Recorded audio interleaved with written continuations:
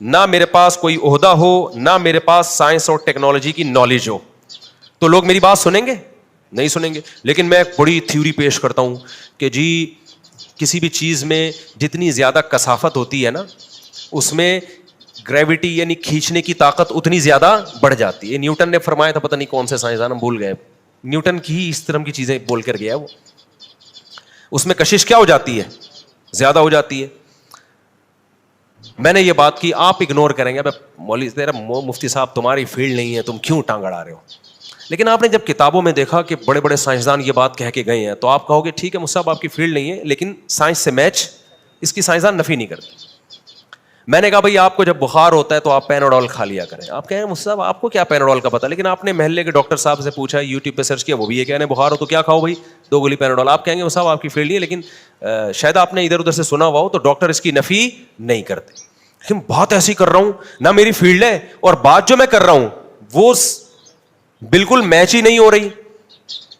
میں کہوں جب آپ کو بخار ہوا کرے تو آپ برف کے ڈلے کھایا کریں,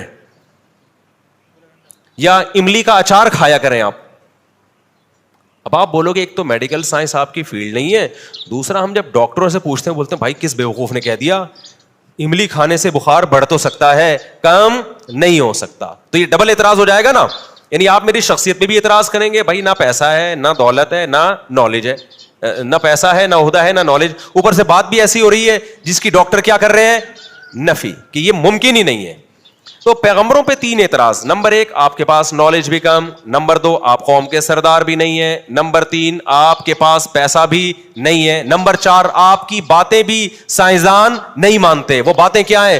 ہیہاتا لما توعدون ایعدکم انکم اذا متم وکنتم ترابا وعظاما انکم مخرجون. یہ دعویٰ یہ کرتے ہیں کہ ہم جب مر جاتے ہیں اور ہڈیاں ہو جاتے ہیں, بوسیدہ ہو کے گل سڑ کے ختم ہو جاتے ہیں, دوبارہ ریپیئرنگ ہوگی اور دوبارہ ہم انسان بن کے خدا کے سامنے کھڑے ہو جائیں گے. تو وہ کہتے ہیں باتیں تو سنو کس قسم کی کر رہے ہیں. آج تک کوئی ڈاکٹر, حکیم, سائنسدان اس بات کا دعوے دار نہیں گزرا. ہیہاتا لما توعدون, ارے عقل سے بہت ہی دور کی, بہت ہی دور کی باتیں کر رہا ہے. جیسے ہم کراچی میں کہتے ہیں نا, جب کوئی الٹی بات کر, ہم کہتے ہیں بھائی تو بہت ہی بڑی پھینک دی ہے, کہتے ہیں کہ نہیں کہتے, یار تو بہت ہی الٹی بات کر رہا ہے تو.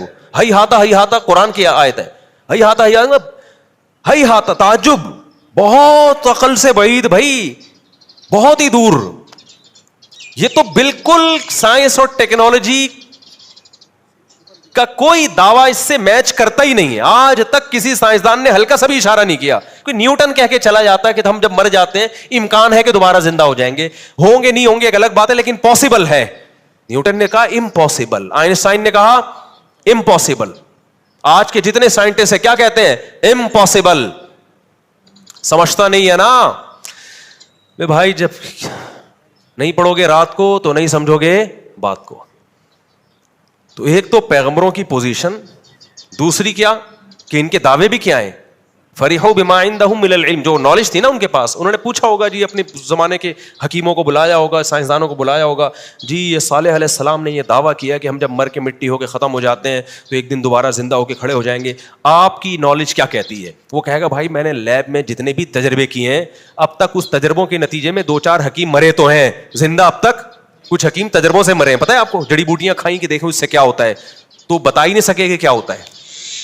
جو ہونا تھا وہ ہو گیا, اب تک وہ بتا نہیں پا رہے کہ اس سے, لیکن لوگوں نے خود اندازہ لگا لیا کہ اس سے یہ ہوتا ہے.